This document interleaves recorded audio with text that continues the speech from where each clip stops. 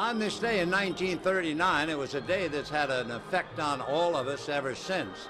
On that day, Red Barber opened up the first baseball telecast ever in a game against Cincinnati at Ebbets Field.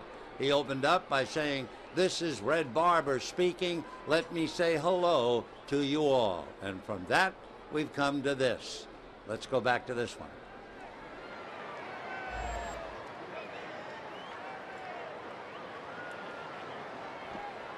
Marlins leading 3-1.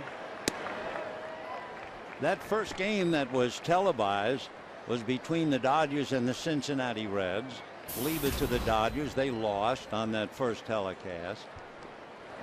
Of course, years later, the Dodgers opened up Dodger Stadium in 1962 against the Cincinnati Reds with a great deal of fanfare, understandably, and they lost that game too.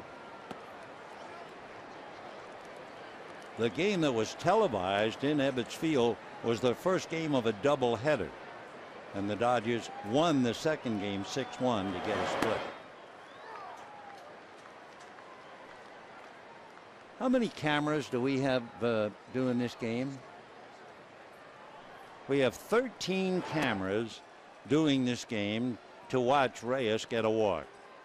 In 1939, the first telecast of a Dodger game, of any baseball game, they had two cameras. And of course, when you think of all the equipment, and they're going to have a meeting at the mound, so you can think about all the equipment. Remarkable. I remember the only time I ever started to watch the Don Larson perfect game in the World Series. I was fortunate to work it with Mel Allen. I had never, outside of seeing the game actually happen, I'd never seen the tape. And they showed it when Major League Baseball opened up its television network.